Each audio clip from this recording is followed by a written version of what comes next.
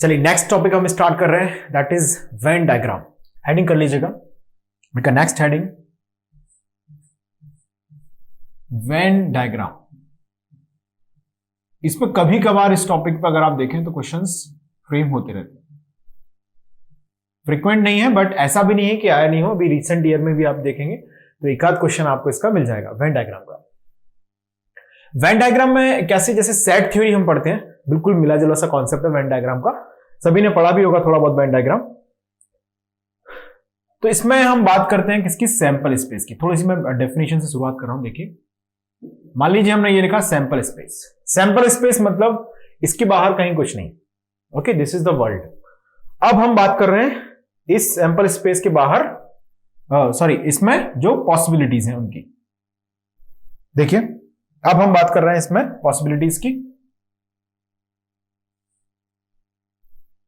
This is variable a and the next one which I am drawing here is suppose a variable b। इस तरह से मैंने लिखा। तो ये एक हमने लिख दिया है, वेरिएबल a है ये, है ना, कोई एक है variable a correspondingly, and this is suppose this is variable a and that is suppose variable b।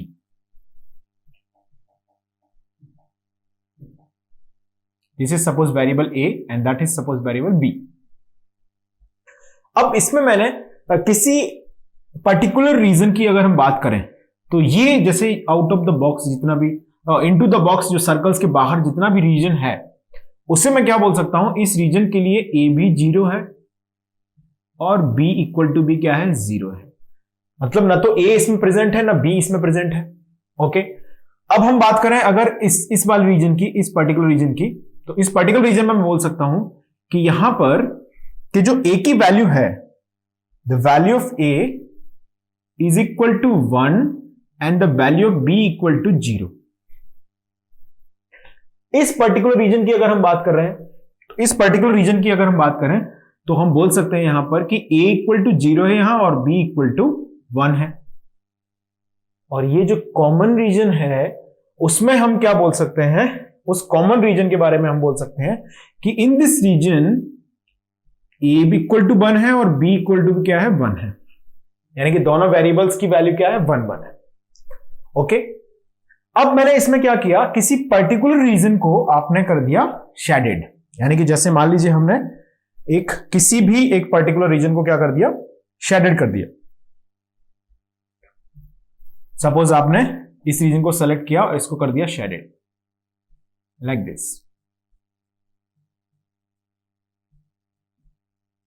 This is shaded region। यानी बाकी बचा हुआ रीजन क्या है, अनशेडेड रखा हुआ है हमने। तो जो शेडेड रीजन है इसमें दो बातें आपको याद रखनी है वेन डायग्राम में। फर्स्ट लिखिएगा, फर्स्ट लिखिए, जो शेडेड रीजन हम यूज करते हैं in the Venn diagram, that shaded region is equal to logic 1। यानी शेडेड रीजन का मतलब होता है लॉजिक 1। दूसरी बात हमें लिखनी है अनशेडेड रीजन की। अनशेडेड रीजन का मतलब होता है that is equal to logic 0। Unshaded region means that is logic 0। Shaded means logic 1, unshaded means logic 0। तो ये कंक्लूजन हमने निकाला। This conclusion is very important to us, ये याद रखना है हमको। अब हमें क्या करना है, इसके लिए सपोज ये y का सैंपल स्पेस है, this is y equal to this Venn diagram which I have given. अब इसके लिए हमें आपसे पूछा गया है कि अब इसके लिए आप पूरा क्या लिख के दिखाएं, लॉजिकल एक्सप्रेशन लिख के दिखाएं। गेट 20 में आप देखेंगे तो गेट इंस्ट्रूमेंटेशन में इस पर क्वेश्चन बनाया है वेन डायग्राम पर। सुना ध्यान से। अब आपने y के लिए इसको लिखा हुआ है, तो शेडेड मतलब लॉजिक 1, अनशेडेड मतलब लॉजिक 0। अब हमको पता है कि y की दो ही पॉसिबिलिटीज हैं, एक है लॉजिक 1, दूसरा है लॉजिक 0। लॉजिक 1 जब भी हम लिखते हैं तो किस फॉर्म में लिखते हैं जरा बताओ। लॉजिक 1 हमें जब भी रिप्रेजेंट करना होता है तो लॉजिक 1 को लिखने के लिए हम क्या लिखते हैं, हमेशा एसओपी फॉर्म लिखते हैं। लॉजिक 1 को पिकअप करके क्या लिखा जाता है, हमेशा एसओपी फॉर्म लिखा जाता है। अगर हम किसी y से लॉजिक 0 को पिकअप करते हैं तो हमेशा हम क्या लिखते हैं, POS फॉर्म लिखते हैं। इतना ऑब्जर्वेशन हमें बहुत अच्छी तरह से पता है। अब यहां पर अगर हम देखें तो जो शेडेड रीजन है वो क्या है, लॉजिक 1 है, यानी कि ये है shaded region, this is corresponding to logic 1। और ये रीजन एक मिल गया दूसरा, ये लॉजिक 0 रीजन है, ये लॉजिक 0 रीजन है, और ये कॉमन रीजन जो है ये भी क्या है, लॉजिक 0 रीजन है। अच्छा, इसमें कितने रीजन मिल रहे हैं हमको, कितने रीजन है, 1 2 3 4। अच्छा, होना भी चाहिए, क्यों होना चाहिए 4? सोचो क्यों होना चाहिए, क्योंकि 2 वेरिएबल्स हैं, 2 वेरिएबल्स मतलब 4 पॉसिबिलिटीज। क्या क्या, 0 0 0 1 1 0 1 1। क्लियर? तो यहां पर ये रीजन है 0 0, ये रीजन है 0 1, ये है 1 1, और ये अपर वाला है 1 0। ए बी की कॉम्बिनेशन की बात कर रहा हूं। देखिए, अब हमें लिखना है किसके लिए, 0 and b equal to 0, a equal to 1, b equal to 1, इन सब कॉम्बिनेशंस को यहां पे लिखना है। तो पहले मैं लिख देता हूं, चलिए एसओपी फॉर्म, मैं दोनों फॉर्म लिख के दिखा दूंगा आपको। पहले हम लिख रहे हैं एसओपी फॉर्म। तो एसओपी फॉर्म में हम कौन सा लॉजिक पिकअप करते हैं, ये डिस्कस कर चुका हूं मैं, सभी को मालूम होगा। कौन सा लॉजिक पिकअप करते हैं, लॉजिक 1। लॉजिक 1 कौन सा है, सिर्फ जो शेडेड है, शेडेड रीजन लॉजिक 1, ये लॉजिक 1 है। तो y इक्वल टू मैं क्या लिख दूंगा यहां से, a equal to 1, b equal to 0। SOP हम जब भी लिखते हैं तो सभी को मालूम है कि जो वेरिएबल है वो 1 होता है, कॉम्प्लीमेंट क्या होता है, 0 होता है हमेशा। यानी कि यहां पर a इक्वल टू 1 है यानी कि a, और b 0 है मतलब a b बार। ये आ गया इसका answer, a b bar is the final answer. SOP आ गया। अब चलिए, अब इसके लिए मैं आपको पीओएस भी लिख के दिखाता हूं। अच्छा, दोनों से आंसर सेम आएंगे कि डिफरेंट आएंगे, सिंपली क्वेश्चन पूछ रहा हूं, आंसर कर लिया होगा आपने अपने मन में। बिल्कुल, दोनों से कैसे आंसर आना चाहिए, सेम आंसर ही आना चाहिए। अगर ऐसा नहीं हो रहा है यानी कि हम कोई सिली मिस्टेक इसमें कर रहे हैं। तो पीओएस फॉर्म किसके लिए लिखते हैं, सभी को मालूम है, फॉर लॉजिक 0। लॉजिक 0 के लिए पीओएस फॉर्म लिखा जाता है।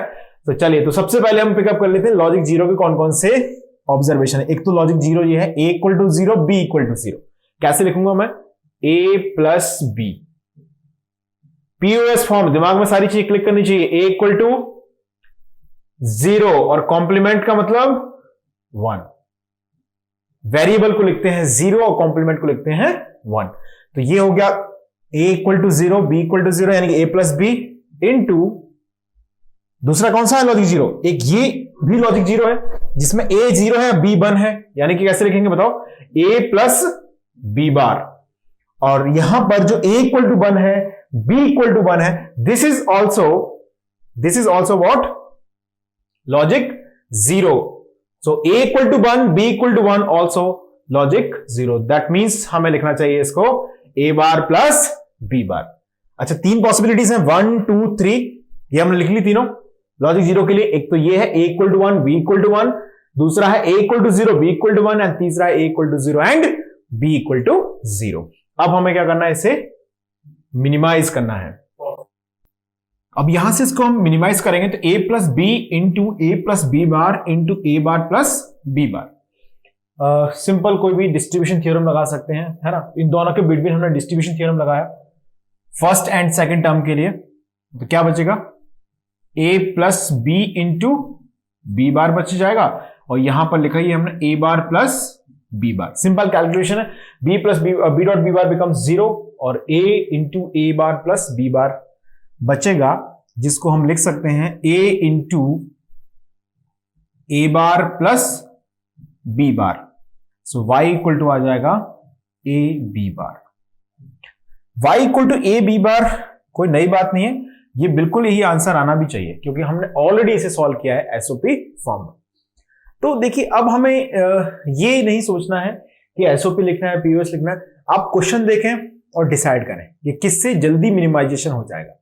अगर इस पर्टिकुलर एग्जांपल की अगर मैं बात करूं तो इस एग्जांपल में एसओपी लिखना बड़ा सुटेबल काम था, एक बार में लिखा आंसर आ गया, है ना।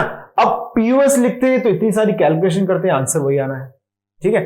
तो हम अकॉर्डिंगली क्वेश्चन में ये डिसाइड कर सकते हैं। चलिए, अब हम बात कर रहे हैं नेक्स्ट क्वेश्चन की। So let's see the next question. चलिए क्वेश्चन रीड कीजिएगा। Right the logical expression for the given Venn diagram. Venn diagram यहां पर दिया गया है और उसके लिए पूछा गया है कि इसकी लॉजिकल एक्सप्रेशन लिखेगा। चलिए समझते हैं इसको। तो ऑब्वियस है कि अब हम यहां पर जो प्रीवियस क्वेश्चन डिस्कस कर चुके हैं उनके बेसिस पर भी हम ये आंसर कर सकते हैं डेफिनेटली। तो सब लोग एक बार स्क्रीन को रोक दें और आप लोग ट्राई करें इस क्वेश्चन को। ओके, सभी ने ट्राई किया होगा, आंसर आ गया होगा। एसओपी या पीयूएस दोनों में आपने सॉल्व किया होगा। चलिए तो मैं दोनों के लिए सॉल्व कर रहा हूं यहां पर। Let's see the solution. सबसे पहले मैं लिख देता हूं, चलिए एसओपी फॉर्म। पहले मैं लिख रहा हूं यहां पर एसओपी फॉर्म। एसओपी फॉर्म यहां पर एज यूजुअल हम सभी को मालूम है दिस इज, जैसे अगर हम यहां पर लिखते हैं this region is corresponding to A equal to 0 and B equal to 0। ये रीजन कैसा है? A equal to 0 B equal to 0 के अबाउट है। ये रीजन की अगर मैं बात करता हूं तो this is what, this is for A equal to 1 and B equal to 0। और ये जो रीजन है यहां पर a इज इक्वल टू 0 है, यानी अगर मैं इधर लिख देता हूं तो यहां पर अगर हम लिखें तो this is for a equal to 0 and b equal to 1 obviously, and this is common region, तो ये है a equal to 1 and b equal to 1। अब जब हमें एसओपी लिखना है तो ऑब्वियसली हम किसकी बात करेंगे? सिर्फ शेडेड रीजन की बात करेंगे कि SOP is corresponding to always shaded region. तो y इज इक्वल टू क्या लिखा जाएगा? y इक्वल टू लिखेंगे सिंपल, ये रीजन कवर होगा यानी कि a equal to 1 b equal to 0 cover होगा। तो मैं कैसे लिखूंगा इसे? a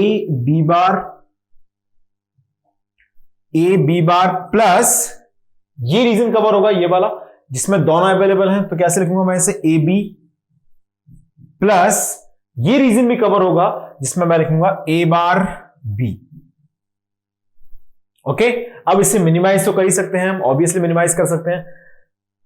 कई तरीके हो सकते हैं, सिंपल सा क्वेश्चन है, जैसे भी आप मिनिमाइज करना चाहें। आप लोगों ने मिनिमाइज कर लिया होगा, आंसर आया होगा। देखिए मैच करना, आपने इन दोनों टर्म्स को मैं ले लेता हूं, इन दोनों टर्म्स को इंक्लूड किया, ठीक है, और हमने इन दोनों को इंक्लूड कर लिया। मतलब मैं इस तरह से लिख सकता हूं इसको, y इक्वल टू मैं लिख सकता हूं A B bar plus A B, फिर से ए बी को एक बार और लिख दिया, प्लस ए बार बी। अब इसमें से क्या कॉमन आता दिख रहा है? ए कॉमन ले लेंगे, इसमें से बी कॉमन ले लेंगे। So take A common from the first bracket, so that become B bar plus B, plus यहां से बी कॉमन लेंगे तो ये बचेगा A plus A bar. B bar plus B हो जाएगा 1, ए प्लस ए बार हो जाएगा 1। आंसर आएगा y equal to a plus B. y equal to कितना आ जाएगा? a plus B. y equal to हमारे पास आ गया a प्लस बी। ये हमने जब एसओपी फॉर्म सॉल्व किया तब ये आंसर आया है। अब जरा मैं इसके लिए पीओएस फॉर्म करके दिखाता हूं आपको। POS form, POS form. तो पीओएस फॉर्म में हमें कौन सा पार्ट कंसीडर करना है? जो अनशेडेड है। अनशेडेड कौन सा है इसके अंदर? This is a equal to 0 and b equal to 0 region is the only region which is unshaded. यानी कि इसमें 3 पॉसिबिलिटी शेडेड है, 4 में से 3 पॉसिबिलिटी क्या है? शेडेड है, और एक ही पॉसिबिलिटी अनशेडेड है। तो इसका सिंपल आंसर आएगा पीओएस फॉर्म के अंदर y equal to a equal to 0 b equal to 0, यानी कि a प्लस b। क्या आंसर आएगा? a plus B, simple. Okay, तो यहां से आप लोगों ने फाइंड किया, सभी का आंसर ये आ रहा होगा। ओके, चलिए आगे बढ़ते हैं नेक्स्ट क्वेश्चन की ओर। सेम स्टेटमेंट फिर से, right the logical expression for the given Venn diagram. अब हम बात कर रहे हैं नेक्स्ट वेन डायग्राम की। नोट कर लें इसको और इसको ट्राई करना है सब लोग। ओके, नोट किया होगा और सॉल्व किया होगा आप लोगों ने। जो भी आंसर आ रहा है मैच करेंगे अभी। Let's see the solution. पहले क्या लिख लें? एसओपी लिख दें, पीओएस लिख दें। मैं दोनों से करा रहा हूं, आपको एग्जाम में कोई भी एक फॉर्म आ सकता है। ओके, तो इसमें मैं गेट इंस्ट्रूमेंटेशन का जो 2020 क्वेश्चन है वो भी आपको कराऊंगा। इस साल क्या क्वेश्चन इस पर आया इसी टॉपिक पे। तो ऑब्वियसली आपको मालूम है ये जो रीजन है दिस इज करस्पॉन्डिंग टू है a equal to 0 b equal to 0। इस रीजन में ना तो a प्रेजेंट है ना b प्रेजेंट है, दोनों ही 0 हैं। इस रीजन की अगर मैं बात करता हूं तो इसमें a 0 है, b की वैल्यू 1 है। इस रीजन की अगर मैं बात करता हूं तो यहां पर a 1 है, b 0 है, b 0 है। यहां पर अगर हम बात करते हैं तो this is a equal to 1 and b equal to 1 region. इतनी बात समझ में आ गई। अब अगर हमें एसओपी लिखना है, इसके लिए एसओपी अगर लिखना है तो ऑब्वियस है कि y इक्वल टू एसओपी लिखने के लिए in SOP form y is equal to, सिर्फ हमें क्या लिखना है, शेडेड रीजन लिखना है। इसमें शेडेड कौन कौन सा, ये है, ये है, ये। इसमें भी 3 पॉसिबिलिटी शेडेड है। मतलब इस क्वेश्चन के लिए अगर कोई मेरे से पूछेगा तो मैं बोलूंगा पीयूएस लिख लो, बड़ी जल्दी आंसर आ जाएगा। लेकिन हमें क्वेश्चन को समझना भी है, इसलिए मैं यहां पर एसओपी भी लिख के आपको दिखा रहा हूं। तो ये है a equal to 0, b equal to 0 region. तो क्या लिखेंगे इसे आप, एसओपी में a बार b बार लिख देंगे, प्लस ये है a equal to 0, b equal to 1 region. मतलब एसओपी में क्या लिखेंगे आप, a bar b, a equal to 0, b equal to 1। इसमें यहां पर देखें तो a इक्वल टू 1 है, b इक्वल टू 1 है, तो प्लस यहां पर आएगा ab। ओके, ये तीनों पॉसिबिलिटीज कवर हो गई। इसको जरा थोड़ा मिनिमाइजेशन कर लेते हैं। इन दोनों से a बार कॉमन ले लीजिए और इन दोनों से b कॉमन ले लीजिए। चाहे तो ऐसे भी कर सकते हैं हम लोग, जैसे भी करना चाहें। It's a simple expression. ये लिख दिया, यहां से a बार प्लस ab आ गया। अब a बार प्लस ab को डिस्ट्रीब्यूशन थ्योरम से ऐसे लिख सकते हैं। जैसे भी आंसर करना चाहें, it's a very easy question, तो जैसे भी आपको लगे आंसर कर सकते हैं आप। तो y इक्वल टू आ जाएगा यहां से a bar plus b, a bar plus b हमारा आंसर आ गया। ये किससे आया है, एसओपी फॉर्म से। अगर इसके लिए मुझे पीयूएस सॉल्व करना रहेगा तो पीयूएस सॉल्व करना बड़ा आसान है। इसके लिए लिख लेते हैं पीयूएस के लिए answer, y in POS form, product of sum form.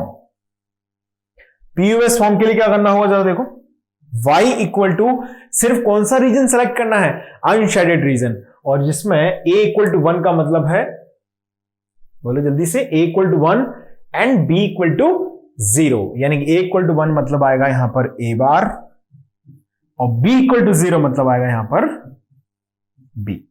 क्योंकि जब हम पीओएस फॉर्म लिखते हैं तो वेरिएबल जो होता है वो लॉजिक 0 से लिखा जाता है, उसका कॉम्प्लीमेंट लिखा जाता है लॉजिक 1 से, 1 एंड 0। क्लियर है सभी को इतना? So this is the POS form. Answer आ गया होगा सभी का। चलिए आगे बढ़ते हैं नेक्स्ट क्वेश्चन पर। क्वेश्चन नंबर 27, लेट्स सी।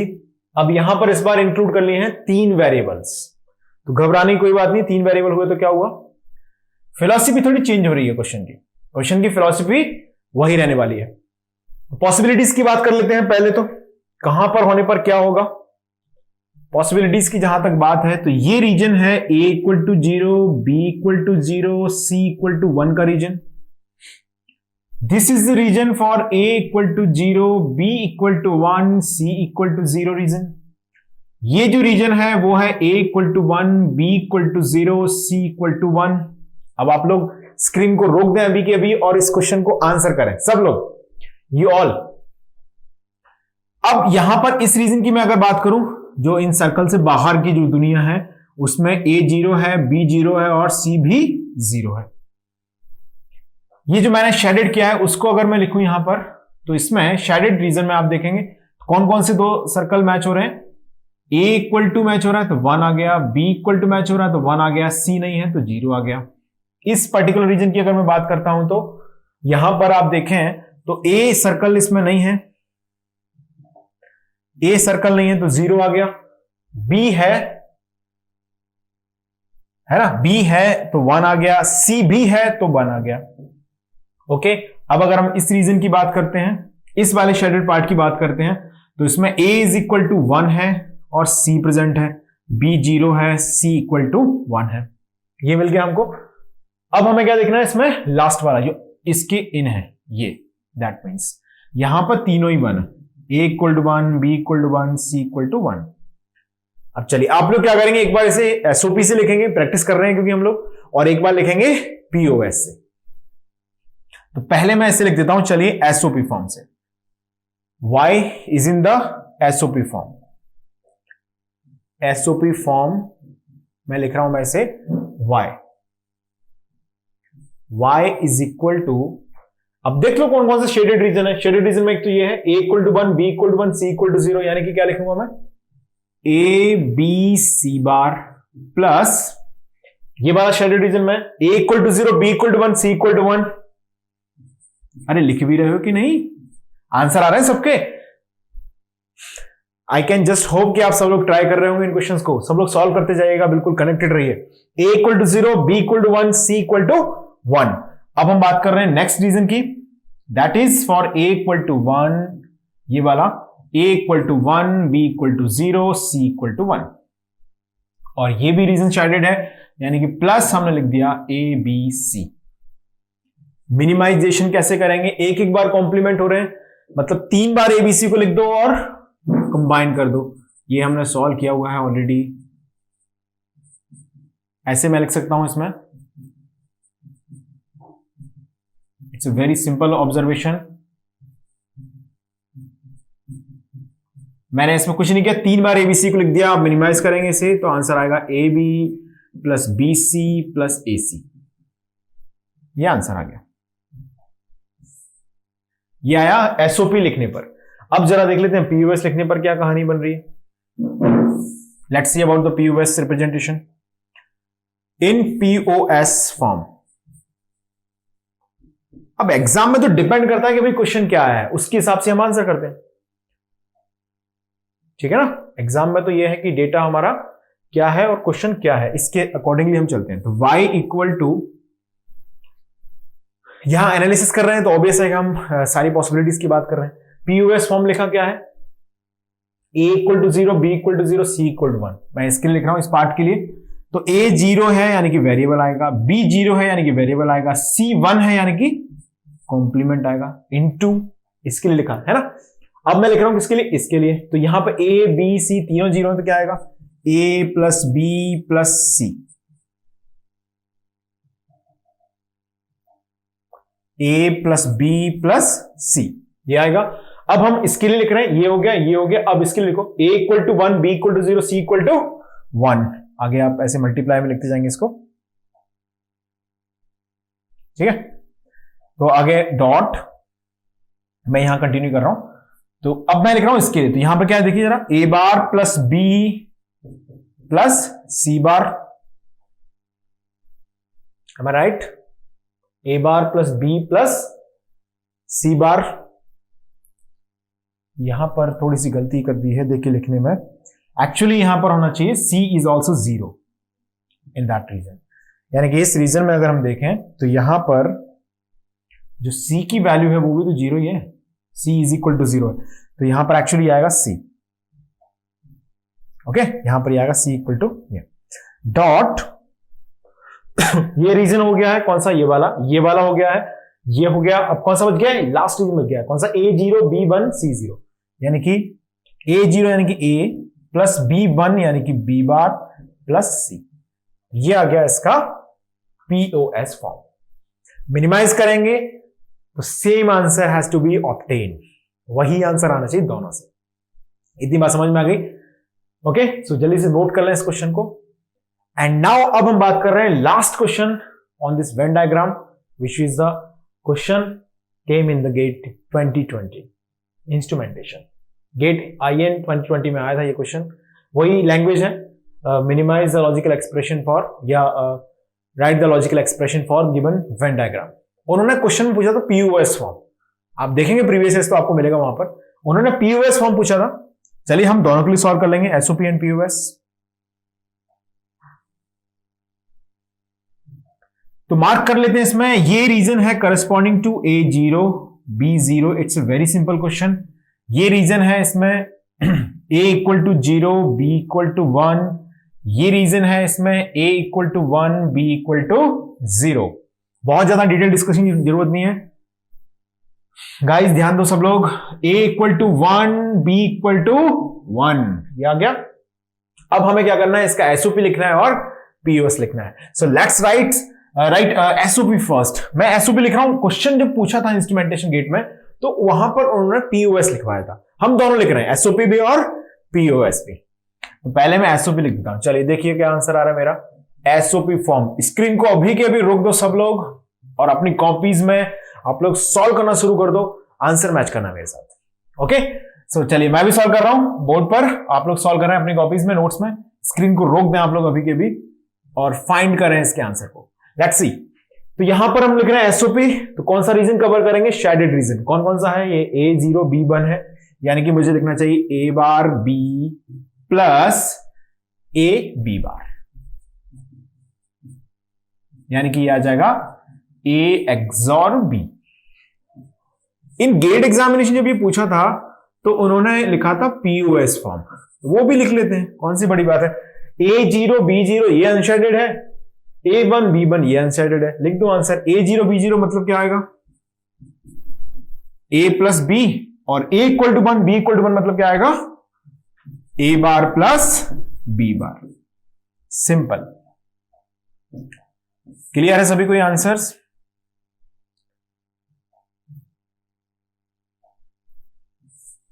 सभी का आंसर आ गया होगा यही।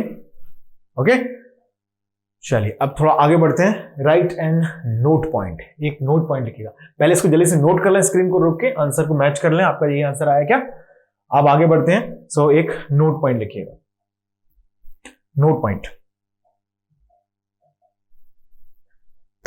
देखिए, समझिए जरा, एक बात बतानी है। अब हम बात करते हैं जैसे कोई भी लॉजिक सर्किट है।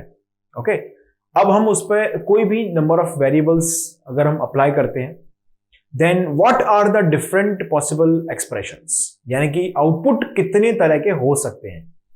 जैसे मान लीजिए हमने कोई भी अगर n इक्वल टू 1 मैंने पहला कंडीशन लिया, मतलब एक ही वेरिएबल है a। n इक्वल टू 1 का मतलब है नंबर ऑफ वेरिएबल, और वो मैंने वेरिएबल लिया है a। अब किसी लॉजिक सर्किट से आपने इस वेरिएबल a को पास कराया। ओके, अब उसके बाद जो y आया है हमारे पास, उसकी वैल्यूज क्या क्या हो सकती हैं। समझना, एक पॉइंट मुझे कंक्लूड करना है, बहुत सिंपल मैथमेटिकल ऑब्जर्वेशन वाला पॉइंट है, समझ लीजिए। मैंने n इक्वल टू 1 लिया, मतलब एक ही वेरिएबल मेरे पास है, तो आउटपुट की पॉसिबल वैल्यूज क्या क्या हो सकती हैं। हो सकता है कि आउटपुट हमेशा 0 आ रहा हो, आ सकता है बिल्कुल। हो सकता है कि आउटपुट लॉजिक 1 आ रहा हो सकता है कि आउटपुट वेरिएबल खुद आ जाए, बफर से पास करा दिया आपने। हो सकता है कि आउटपुट क्या आ जाए, कॉम्प्लीमेंट ऑफ ए आ जाए। यानी कि डिफरेंट पॉसिबल आउटपुट्स की अगर हम बात करते हैं तो यहां पर नंबर ऑफ आउटपुट अगर मैं देखूं, नंबर ऑफ आउटपुट्स, तो इसमें अगर आप ऑब्जर्व करते हैं तो कितने डिफरेंट आउटपुट सकते हैं? 4 डिफरेंट टाइप्स के आउटपुट आ सकते हैं जब n इक्वल टू 1 है। ओके, अब अगर मान लीजिए मैं यहां पर n इक्वल टू 2 यूज करूं, मतलब मैं यहां पर कंसीडर करूं दो वेरिएबल्स n इक्वल टू 2, यानी कि वेरिएबल्स अब हमारे पास कौन कौन से हैं? a b। अब a b यानी कि दो वेरिएबल्स हैं, कितने डिफरेंट पॉसिबल आउटकम्स हो सकते हैं किसी लॉजिक सर्किट से। मेरी बात का तात्पर्य आप समझ पा रहे हैं? What I am trying to say, कि कितने डिफरेंट आउटकम्स, कितने डिफरेंट लॉजिकल एक्सप्रेशन, कितने डिफरेंट ट्रुथ टेबल्स बन सकते हैं किसी भी नंबर ऑफ वेरिएबल के लिए। तो जब 1 है वेरिएबल नंबर, एक है, एक ही वेरिएबल है, तो कितने बन सकते हैं? 0 आ गया, 1 आ गया, a आ गया, a बार आ गया। ये 4 तरह के आउटपुट आ सकते हैं। इससे बाहर कुछ आ सकता है क्या? सोचो कुछ आ सकता है तो बता सकते हो आप। कुछ नहीं आएगा, है ना? बिल्कुल सही बात है। अब हमने देखा दो वेरिएबल्स हैं, तो हो सकता है कि आंसर 0 आ जाए हमेशा, बिल्कुल आ सकता है। हो सकता है कि 1 आ जाए, बिल्कुल आ सकता है। हो सकता है कि वेरिएबल a आ जाए आउटपुट में, b आए नहीं। हो सकता है कि a का कॉम्प्लीमेंट आ जाए, बिल्कुल सही बात है। हो सकता है कि b का कॉम्प्लीमेंट आ जाए या फिर b आ जाए, तो ये हो सकती हैं। और भी पॉसिबिलिटी हो सकती है क्या? हाँ जी, बिल्कुल हो सकती है। इन दोनों का मल्टीप्लीकेशन भी तो आ सकता है, यानी कि a b। हो सकता है कि कोई एक कॉम्प्लीमेंट हो जाए, यानी कि a बार b। हो सकता है b कॉम्प्लीमेंट हो जाए। हो सकता है कि दोनों कॉम्प्लीमेंट होके आ जाए। अब हमारा दिमाग चलना शुरू हो जाएगा। अब बताओ और भी क्या बन सकता है? क्या इन दोनों का एडिशन भी तो आ सकता है? a प्लस बी भी तो हो सकता है, बिल्कुल हो सकता है। यानी कि a प्लस बी बार भी हो सकता है फिर तो, बिल्कुल सही बात है। या फिर ए बार प्लस बी भी हो सकता है, हाँ जी हो सकता है। ए बार प्लस बी बार भी तो पॉसिबल है। ओके, और कोई बताओ, और कोई पॉसिबिलिटी है इसके अंदर? सोचो जरा, दिमाग लगाओ। दो और हो सकती है, कौन कौन सी मैं लिख रहा हूं देखो जरा। A bar B plus A B bar, जिसको हम ए एक्सॉर बी बोल देते हैं, ये हो सकती है, और एक ये हो सकती है। अब फटाफट से आप लोग काउंट कर लो कितने हो गए, जल्दी से काउंट करके मुझे बताओ कितने हो गए। पहली लाइन में कितने लिखे हैं मैंने? 2 2 4 6 लिखे हुए हैं। पहली लाइन में मैंने लिखे हैं 6, दूसरे में कितने लिखे हैं? 4, फिर लिखे हैं 4, फिर लिखे हैं 2। काउंट करें कितने हो गए? इट्स 16। यानी कि डिफरेंट आउटपुट्स की अगर मैं बात करता हूं तो n इक्वल टू 2 लेने पर, यानी कि दो वेरिएबल होते हैं, तो हमारे पास 16 डिफरेंट पॉसिबल आउटपुट जनरेट हो सकते हैं। यानी कि 16 अलग तरह की ट्रुथ टेबल्स बनाई जा सकती हैं इसके थ्रू। क्लियर है सभी को? n इक्वल टू 2 लेके। अब अगर मैं आपसे बोलूं n इक्वल टू 3 पर क्या होगा, तो बड़ी फुर्सत चाहिए आंसर करने के लिए। n इक्वल टू 3 पर मैं आपको बताता हूं आंसर कितना आएगा। 256 डिफरेंट पॉसिबल आउटपुट जनरेट हो सकते हैं। 256 तरह के आउटपुट आपको मिल सकते हैं। ऐसे ही अगर आपसे कोई पूछे n इक्वल टू 4 पर क्या होगा, तो कैलकुलेट करना इजी नहीं है, ऑब्वियसली नहीं है। तो इसके लिए बनाया गया एक फॉर्मूला। मुझे वो फॉर्मूला आपको कन्वे करना था, इसके लिए हम इतनी सारी बातें कर रहे थे। फॉर्मूला क्या है लिख लेते हैं। अब यही है एक्चुअली फाइनल कंक्लूजन है इस नोट पॉइंट का, जो कि आपको याद रखना है। क्या है फॉर्मूला? लिखिए, for n number of variable, for n variables, number of different logical expressions, कितने तरह के अलग अलग आउटपुट्स आ सकते हैं। Number of different logical expressions, या हम इसे बोलें, और नंबर ऑफ ट्रुथ टेबल्स, ये भी तो बोल सकते हैं इसको, number of truth tables is equal to 2 to the power, is equal to, क्या लिखेंगे? Is equal to 2 to the power 2 to the power n, 2 to the power 2 to the power n। एक बात आपके दिमाग में आई होगी, क्या मैं इसे 4 टू द पावर n लिख सकता हूं? क्या 2 to the power 2 to the power n को मैं 4 टू द पावर n लिख सकता हूं क्या? सोचो, यदि आपका आंसर यस है तो गलत कर रहे हैं आप, है ना? ऐसा नहीं लिख सकते भैया इसको, 2 to the power 2 to the power n को हम नहीं लिख सकते, क्योंकि अगर आपको इसे 4 टू द पावर n लिखना है, ये बहुत कॉमन मिस्टेक है जो आप लोग करते हैं, इसलिए मैंने आपको ये चीज बताई। यहां पर बहुत कॉमन मिस्टेक है जो स्टूडेंट्स कर देते हैं। यहां पर क्या गलती हो जाती है कि हमें लगता है ये 4 टू द पावर n है। 4 टू द पावर n कब होगा? जब 2 टू द पावर 2n होता।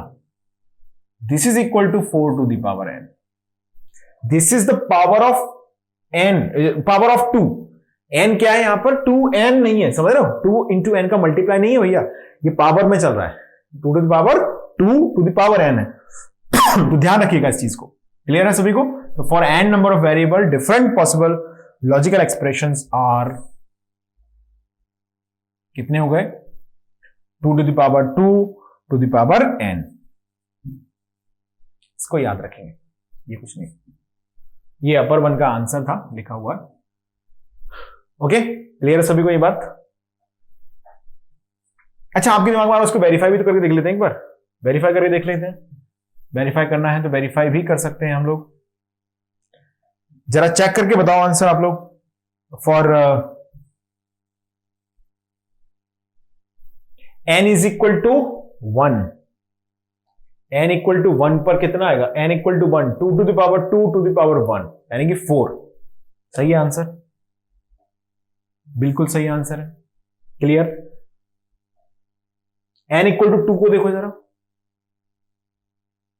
2 to the power 2 to the power 2 कितना हो गया? 2 टू द पावर 4, यानी कि 16। अब जरा n इज इक्वल टू 3 पर देखो। अब यहां इसमें तो दिमाग नहीं लगा रहे कहीं, ये गलत है ना, ऐसे लिखना, इसको सही है लेकिन इसको नहीं लिख सकते 4 to the power n। Okay, अब n इक्वल टू 3 के लिए अगर मैं आपसे पूछ रहा होता तो आंसर क्या होता आपका? फॉर n इक्वल टू 3, यहां पर तो आप करते रह जाते सॉल्व इसको। n इक्वल टू 3 के लिए इससे सॉल्व करेंगे 2 to the power 2 to the power 3 यानी 2 to the power 8, यानी कि यहां पर आएंगे 256 डिफरेंट पॉसिबल आउटपुट्स, 256 तरह के आउटपुट्स हो सकते हैं। ओके, अब अगर मान लीजिए मुझे लिखना हो for n is equal to 4, answer बोलो n इक्वल टू 4 के लिए सॉल्व करना है इत्मीनान से बैठ के आप लोग, इसके लिए आएगा 64,000 डिफरेंट पॉसिबल आउटकम्स। ओके, तो ये आपको याद रखना है, याद रहेगा सभी को। चलिए अब हम स्टार्ट कर रहे हैं नेक्स्ट टॉपिक, लेट्स सी।